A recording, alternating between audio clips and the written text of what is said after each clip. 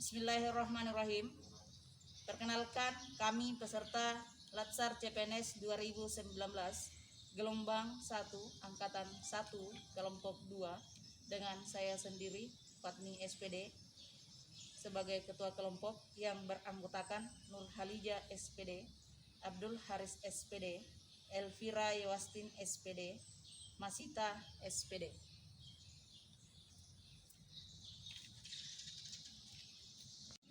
Di sini kelompok kami akan memaparkan tentang tugas dari agenda 2 materi 1 tentang akuntabilitas. Isu yang kami angkat dari tugas ini adalah kurangnya kedisiplinan siswa dalam berpakaian dan kerapian rambut. Pemecahan isunya adalah dengan menggunakan pendekatan perilaku untuk meningkatkan kedisiplinan siswa dalam berpakaian dan kerapian rambut. Dari hasil diskusi kelompok kami membaginya dalam 3 kegiatan. Kegiatan yang pertama adalah menyusun rancangan atau rencana pelaksanaan pendekatan modifikasi perilaku. Tahapan kegiatan yang pertama, menentukan tujuan yang akan dicapai. Yang kedua, menentukan model penerapan pendekatan modifikasi perilaku. Yang ketiga, menentukan metode penerapan pendekatan modifikasi perilaku.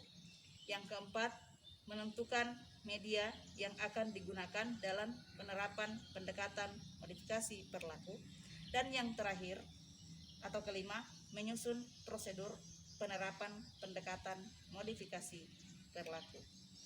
Output dari kegiatan ini adalah adanya RPP, pembelajaran pendekatan modifikasi perilaku. Keterkaitan substansi mata latihan, menyusun rancangan pelaksanaan pendekatan modifikasi dengan memperhatikan waktu dan target tepat pada waktunya, itu merupakan nilai aneka akuntabilitas.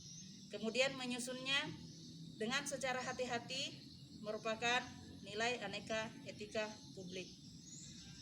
Menyusun sesuai dengan format yang telah ditetapkan dan selektif dalam memilih strategi, model, dan media yang tepat merupakan nilai aneka komitmen mutu. Serta menyusun rancangan dengan penuh rasa tanggung jawab, itu masuk dalam nilai aneka nasionalisme. Kontribusi terhadap organisasi.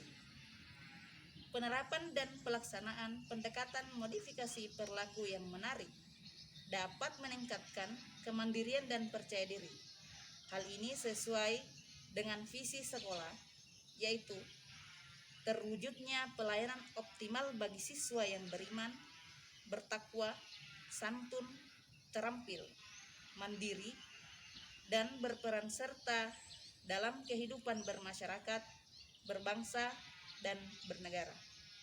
Dan misi sekolah yaitu membentuk kepribadian siswa agar merasa percaya diri, hidup mandiri, dan mampu beradaptasi dengan lingkungan.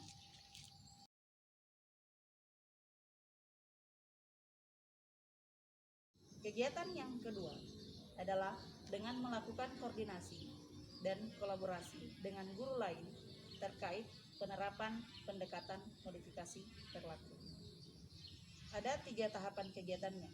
Yang pertama adalah mengundang pihak guru terkait untuk memperkenalkan dan membahas agenda penerapan pendekatan modifikasi perilaku. Yang kedua, melakukan rapat koordinasi terkait prosedur penerapan pendekatan modifikasi perilaku. Dan yang ketiga, menyepakati untuk melakukan kolaborasi demi kelancaran penerapan pendekatan modifikasi perilaku. Outputnya adalah terjalinnya koordinasi dan kolaborasi dengan guru yang lain. Keterkaitan substansi mata latihannya, melakukan koordinasi dan kolaborasi dengan guru untuk menguatkan proses kegiatan pembelajaran pada peserta didik melalui kolaborasi antar guru, kemudian melakukan inovasi. Dalam hal ini adalah komitmen mutu, kemudian pembelajaran dari pembelajaran yang bersifat satu arah menjadi pembelajaran kolaboratif, serta terus melakukan diskusi antar guru dengan sopan, itu masuk dalam nilai aneka etika publik dan penuh dedikasi nilai aneka akuntabilitas selama proses pembelajaran berlangsung.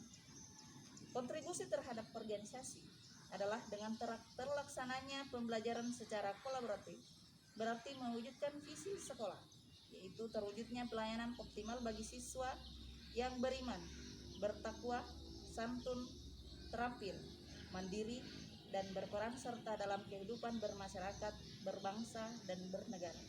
Serta misi sekolah, yaitu memberi kesempatan kepada semua siswa untuk memperoleh pendidikan sesuai potensi dan kemampuan dasar yang dimiliki.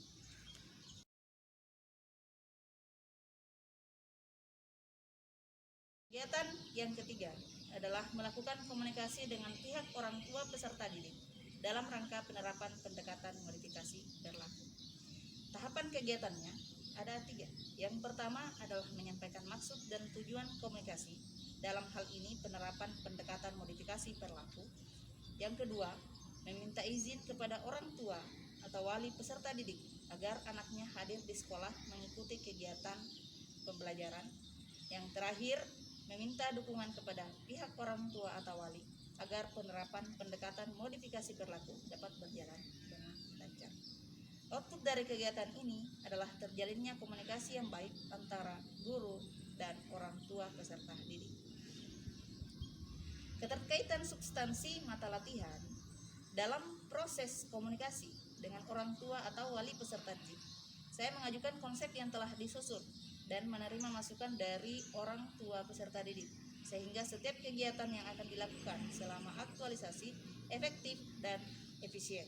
Ini termasuk dalam nilai aneka komitmen mutu, serta bersikap sopan dan santun, termasuk dalam etika publik, sehingga proses komunikasi tersebut berjalan dengan baik. Kemudian proses komunikasi dilakukan secara wajar tanpa membeda-bedakan antara satu dengan yang lain terkait aneka nasionalisme. Kontribusi terhadap organisasi dengan terjalinnya komunikasi dengan orang tua siswa berarti mewujudkan visi sekolah, yaitu terwujudnya pelayanan optimal bagi siswa yang beriman, bertakwa, santun, terampil, mandiri, dan berperan serta dalam kehidupan bermasyarakat, berbangsa, dan bernegara. Dan misi sekolah yaitu memperluas jejaring kerja dalam upaya mengembangkan dan mensosialisasikan pendidikan.